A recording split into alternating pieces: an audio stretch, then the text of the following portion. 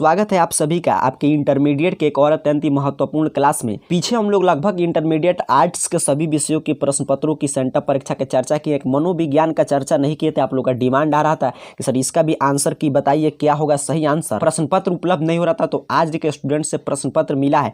तो आज हम लोग चर्चा करेंगे आपके मनोविज्ञान के प्रश्नों की, कैसे कैसे प्रश्न आए हैं और कैसे इसको आपको हल करना है।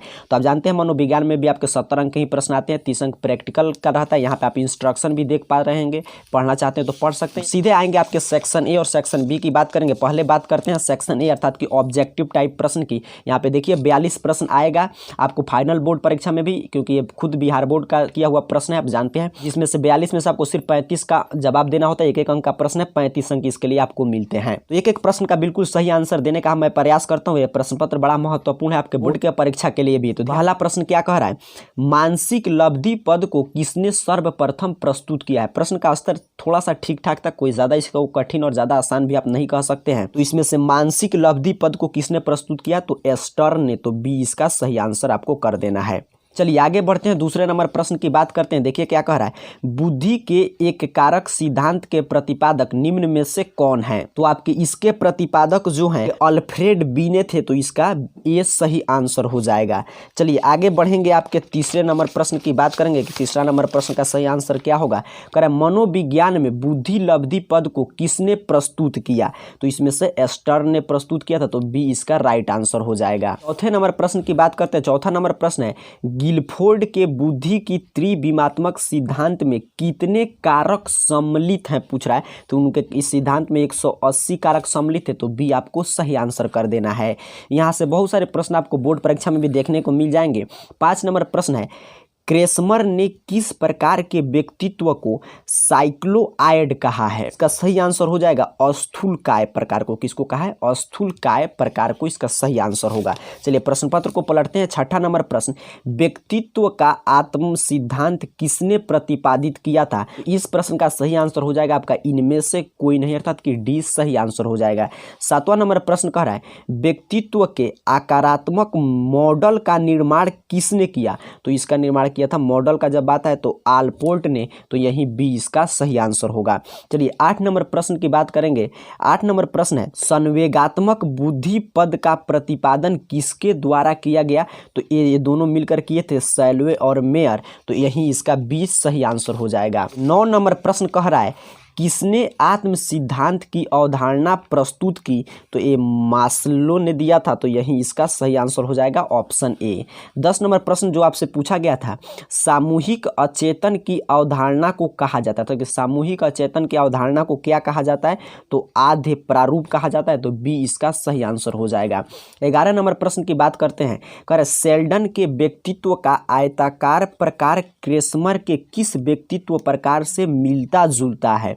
पूछा आपके कि सेल्डन के व्यक्तित्व का जो आयताकार प्रकार आपको पढ़ना था, वो क्रेसमर के किस व्यक्तित्व प्रकार से मिलता जुलता है। तो अस्थूलकाय प्रकार दोनों के जो है मिलते जुलते हैं, तो ये सही आंसर हो जाएगा। चलिए आगे बढ़ेंगे, 12 नंबर प्रश्न की बात करेंगे। विचारों, प्रेरणाओं, आवश्यकताओं एवं उद्देश्यों के परस्पर विरोध के फलस्वरूप पैदा हुई विक्षोभ या तनाव की स्थिति क्या कहलाती है। तो ये कहलाती है द्वंद्व। क्या कहलाती है, द्वंद्व। बिल्कुल आसान प्रश्न था, आपके क्वेश्चन बैंक से रिपीट किया हुआ प्रश्न है ये। तो द्वंद्व इसका सही आंसर हो जाएगा। 13 नंबर प्रश्न कह रहा है, कोलाहल की विशेषताओं में से किसे शामिल नहीं किया जाता है। तो क्रमबद्धता को शामिल नहीं किया जाता है। तो डी सही आंसर आपको कर देना है। 14 नंबर प्रश्न है, सामान्य अनुकूलन संलक्षण के संप्रत्यय का प्रतिपादन किसके द्वारा किया गया था। तो ये किया गया था आपको हंस सेली के द्वारा। तो बी इसका राइट आंसर होगा। चलिए 15 नंबर प्रश्न की बात करते हैं। नामांकित में से कौन सा एक समुच्चय सामान्य अनुकूलन संलक्षण उत्पन्न करने में 3 अवस्थाओं का सही अनुक्रम है। तो यहाँ पे चेतावनी, तब प्रतिरोध एवं परिश्रांति, ये इसका सही अनुक्रम है। तो डी सही आंसर आपको कर देना है। चलिए 16 नंबर प्रश्न है, भीड़ो या भागो अनुक्रिया का संबंध है इसमें से किससे है। तो ये आपका है कैनन से। किससे, कैनन से। चलिए 17 नंबर प्रश्न देखते हैं क्या आया था। 17 नंबर प्रश्न कर रहा है, थर्स्टन के अनुसार बुद्धि में कितनी प्राथमिक मानसिक योग्यताएं उपस्थित होती है।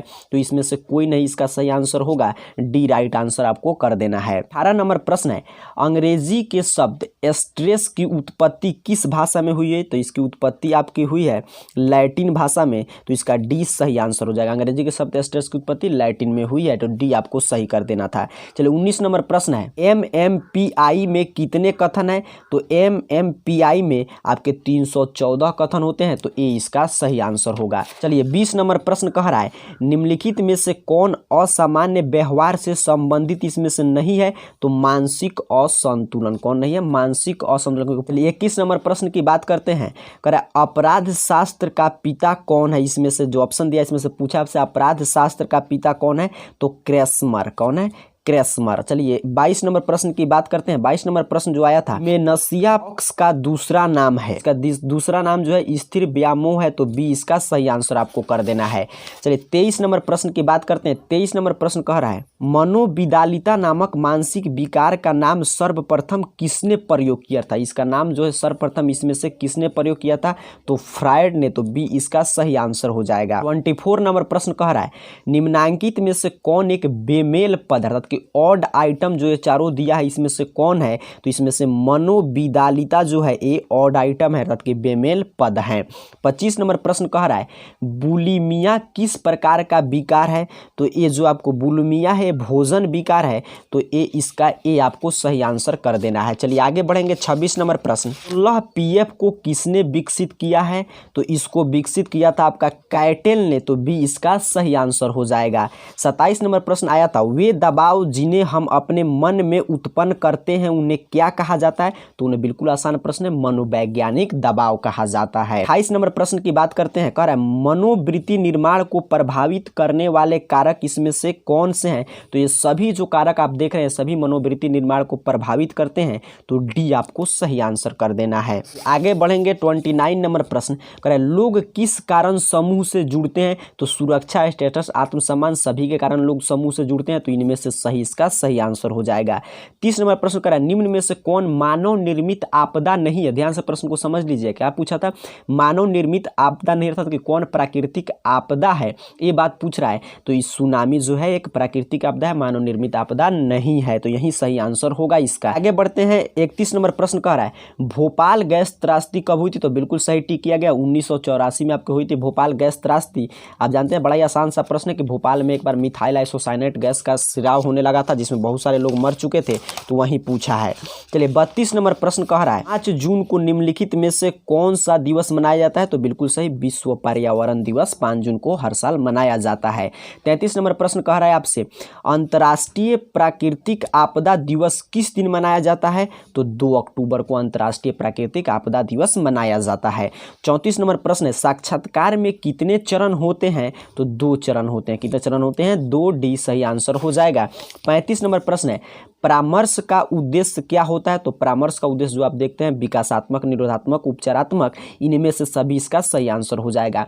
तो आपको परीक्षा में सिर्फ 35 ही प्रश्न का जवाब देना था, बट हम लोग टोटल 42 प्रश्न की चर्चा करेंगे क्योंकि बोर्ड परीक्षा के लिए अत्यंत ही महत्वपूर्ण प्रश्न पत्र है। यदि आप अभी तक इस क्लास को लाइक नहीं किए हैं तो इस क्लास को लाइक जरूर कर दीजिएगा। साथ ही साथ इस चैनल पर नए हो तो सब्सक्राइब करके देखिएगा। आपके आर्ट्स के सभी विषय का प्रश्न पत्र यहाँ पे आपको सेंटअप परीक्षा का और भी तमाम क्लासेज आपके लिए उपयोगी देखने को मिल जाएगी। तो सब्सक्राइब जरूर कर लीजिएगा और साथ ही साथ क्लास को लाइक कर दीजिएगा। चलिए आगे बढ़ेंगे। 36 नंबर प्रश्न की बात करेंगे। 36 नंबर प्रश्न है, बुद्धि सीखने की योग्यता है, किसने कहा है? तो ये कथन है बंकिंघम का, तो ये आपको सही आंसर कर देना है। 37 नंबर प्रश्न कह रहा है, कैरेन हार्नी का व्यक्तित्व सिद्धांत का क्या नाम है? कैरेन हार्नी के व्यक्तित्व सिद्धांत का नाम था व्यक्तिगत मनोवैज्ञानिक का सिद्धांत, मनोविज्ञान का सिद्धांत, तो 20 सही आंसर हो जाएगा।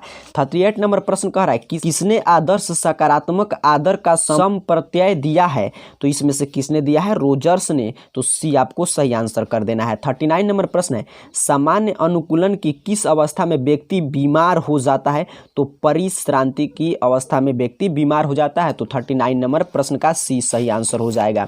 40 नंबर प्रश्न आपसे पूछा है कि तनाव के मुख्य स्रोत कौन है? तो तनावपूर्ण घटना, अभिप्रेरणा का संघर्ष, कार्य दबाव सभी है, तो इनमें से सभी आपको सही आंसर कर देना है, डी का।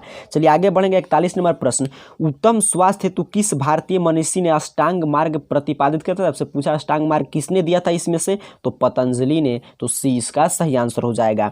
42 नंबर प्रश्न जो आपसे पूछा गया था वो है, निम्नलिखित में से कौन संघर्ष समाधान युक्तियां हैं? ए है आपका समझौता बरता, अर्थात कि ए सही आंसर हो जाएगा। तो यही 42 प्रश्न जो हैं आपके पूछे गए थे सेंटअप परीक्षा में। इधर आपके सब्जेक्टिव प्रश्न, यदि आप चाहते हैं इसका भी उत्तर आपके लिए लाया जाए तो इसके बारे में नीचे कमेंट बॉक्स में बताइएगा। साथ ही साथ क्लास को लाइक कर दीजिएगा और चैनल पर नए हो तो सब्सक्राइब जरूर कर लीजिएगा। आपके जैसा कमेंट आएगा उस क्लास के साथ हम आपके साथ फिर चर्चा करेंगे। तब तक के लिए आप सभी को बहुत बहुत धन्यवाद।